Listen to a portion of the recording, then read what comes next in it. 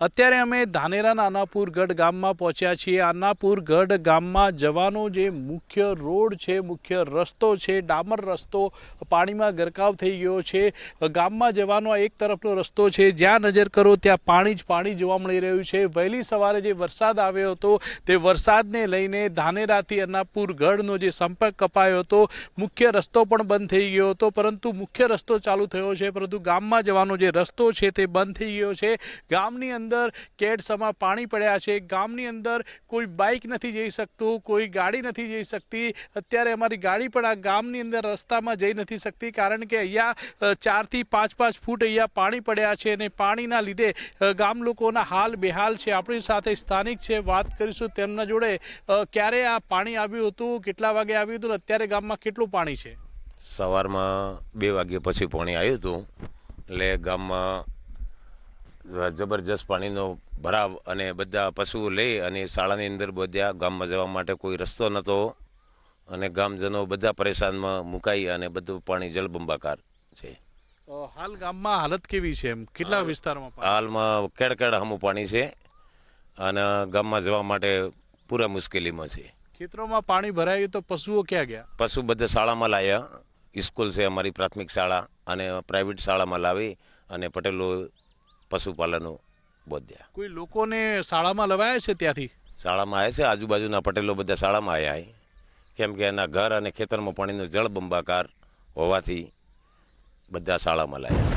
ધાનેરાના આનાપુરગઢની ગામની અંદર પાણી ઘૂસ્યા છે અને અમે અત્યારે ધાનેરાના આનાપુરગઢનો જે બીજો રસ્તો છે ત્યાંથી જવાના પ્રયત્નો કરી રહ્યા છીએ। આપ દ્રશ્યોમાં જે પ્રમાણે જોઈ શકો છો તે પ્રમાણે અહીંથી ગાડી જઈ શકે તેમ નથી, કારણ કે જ્યાં નજર કરો ત્યાં પાણી જ પાણી જોવા મળી રહ્યું છે। ગામમાં સ્કૂલમાં પણ અનેક જગ્યા પર પાણી ભરાયા છે અને ઠેર ઠેર ખાડાઓ પડી જવાના લીધે વાહન ચાલકો પણ મુશ્કેલીમાં મુકાયા છે। આપણી સાથે સ્થાનિક છે, વાત કરીશું તેમ। ગામમાં જવાના રસ્તા પર પાણી ભરાયા છે, કઈ રીતે ગામમાં જાઓ છો? ગામમાં સાહેબ ફરીને છે પેલી બાજુ થઈને જવું પડે, લગભગ 2 કિલોમીટર ફરીને જવું પડે। અહીંયા લગભગ 1 કિલોમીટર સુધી પાણી પડ્યું હોય। ત્યાં પણ રસ્તો બંધ છે, અમે ગયા હતા ત્યાં છે આનાપુરવાળા રસ્તે જવું પડે, ફરીને જવું પડે ગામને, ઉપર થઈને ઉપરવાસમાં થઈને જવું પડે। તો ગામમાં અત્યારે કેટલી જગ્યાએ પાણી ભરાયા છે? ગામમાં તો 2-4 જગ્યાએ પાણી ભરાયેલું પડ્યું હોય। ગામમાં પાણી એક તો આ પડ્યું હજુ 3-4 ફૂટ ઊંડું હોય, પછી બીજું તો 1-1 ફૂટે ઉપર થઈને જવાય રહ્યું। શાળાની હાલત કેવી છે? શાળામાં તો 4 દિવસ જવાયું જ નહીં। શું ગામમાં કોઈ વાહનો લઈ જઈ શકાય? ના, ગામમાં વાહનો નહીં લઈ, બીજા રસ્તે થઈને જવાય। બીજા પણ દ્રશ્યો બતાવી સૈયા કે જે બાઇક સવાર આવ્યા હતા પોતાનું બાઇક લઈને, પરંતુ એ બાઇક પણ અત્યારે બંધ થઈ ગયું છે। જે બાઇક સવાર અહીંથી નીકળ્યા અને ખાડામાં બાઇક પટકાયું હતું અને રોડની બાજુમાં ખાડાઓ હોવાથી અહીંથી વાહન લઈને ચાલવો પણ મુશ્કેલ બની રહ્યું છે અને અત્યારે બાઇક પણ બંધ થઈ ગયું છે। અત્યારે અમે આનાપુરગઢ પ્રાથમિક શાળામાં પહોંચ્યા છીએ અને આનાપુરગઢ પ્રાથમિક શાળામાં જ્યાં નજર કરીએ ત્યાં પાણી જ પાણી જોવા મળી રહ્યું છે।